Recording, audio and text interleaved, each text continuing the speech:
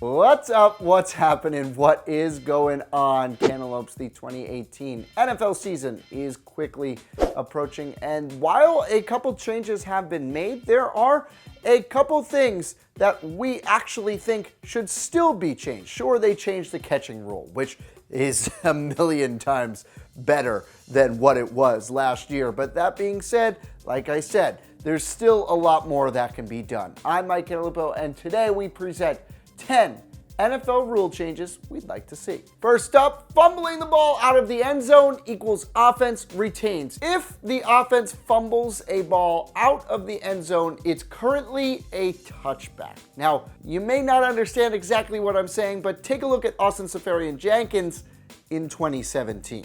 I didn't see the ball fumbled, so I saw it bobble and I saw him gain control of it and then go from there.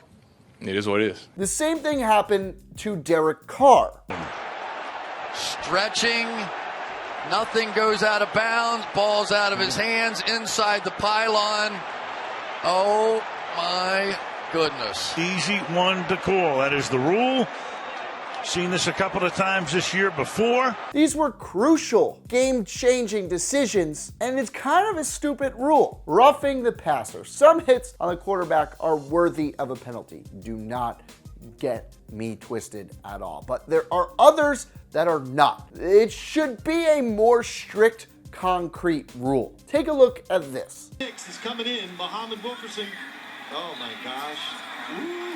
You will see that play. See, a better rule would be hitting the quarterback like 3 to 5 seconds after he throws. A little push should not be a penalty. It changes the quality of the game. And yes, you have to protect your quarterbacks because those are the people that make you money. You also have to protect your defensive players that are trying to make a living. Defensive pass interference equals a 15-yard penalty. It's the rule that's currently in college, and honestly, it makes more sense. Barely touching a guy should not be a 50-yard penalty if it's 50 yards down the field. 15 yards makes sense.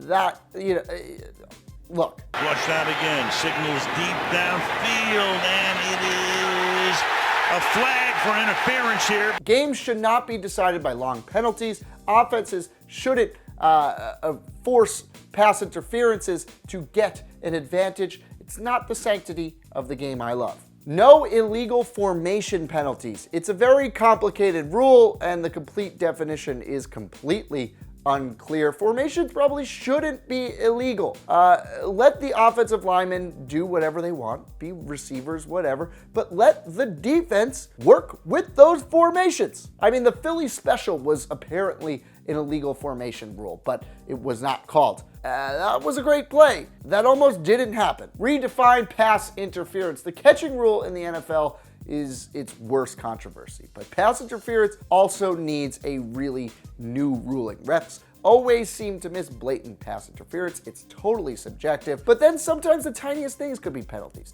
Take a look at what happened with Brandon Cooks versus the Jaguars. And as Brady goes deep.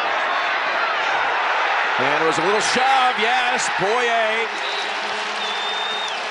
Please find a clear definition of it. It's not worthy of being a judgment call. Let them celebrate. T.O. and Chad Johnson became legends for their TD celebrations, but the NFL has cracked down on it. Now, there are fines and penalties for celebrating, but they did kind of change it up and allow it last year, but there are still a lot of guidelines as to what you can do, what you can't do. Even though they're allowing a little bit more celebrating, let's have some more. Please do something about headshots. CTE results are very, very scary. Football is not a safe sport to play. The league lets too many players get away with headshots. Let's get players to actually learn how to properly form tackle, because that's what happens in rugby, and people don't get hurt that much. You have to give severe suspensions, severe punishments for dirty hits. Needs to be accountable for their actions. The national anthem. Yep, we have to talk about it because it is the biggest controversy in the NFL. Now, I'm not going to rule in either way because, I have an opinion, but I'm not going to share it on here. Anyway, figure out something, please. You're ruining, oh my God, I just don't want to hear about it anymore. Figure something out. Please, better suspension system. Tom Brady was suspended for 4 games for deflated footballs, and then he wasn't, and he was, then he wasn't. Ray Rice was suspended 2 games for attacking his girlfriend. Please tell me how that adds up. Jameis Winston was suspended 3 games for a groping incident, while Julian Edelman suspended for 4 games for an undetected substance found in a drug test. The NFL is not coming down hard enough on off-the-field crimes. Players who steal, hit women, attack cops. It needs to stop. They're just getting slaps on the wrist. Obviously, Roger Goodell has to get his priorities straight, or they will face more boycotts and backlashes. Change the overtime rules. The NCAA and CFL let both teams possess the ball at least once, and the NFL should be doing the same. It shouldn't be a touchdown and the game is over. Super Bowl 51. Let's think about that. What if Matt Ryan had a chance at redemption? That would make the game way cooler. And let's take away, while we're at it, let's take away the chance of tying a game. Nobody wants to see a tie in the NFL. What other rule changes would you like to see being? Let me know in the comments below. If you like this video, hit the like button. If you want to hit the like button, hit the like button. If you want to subscribe, subscribe. If you want to hit the subscribe button, hit the subscribe button. Bye.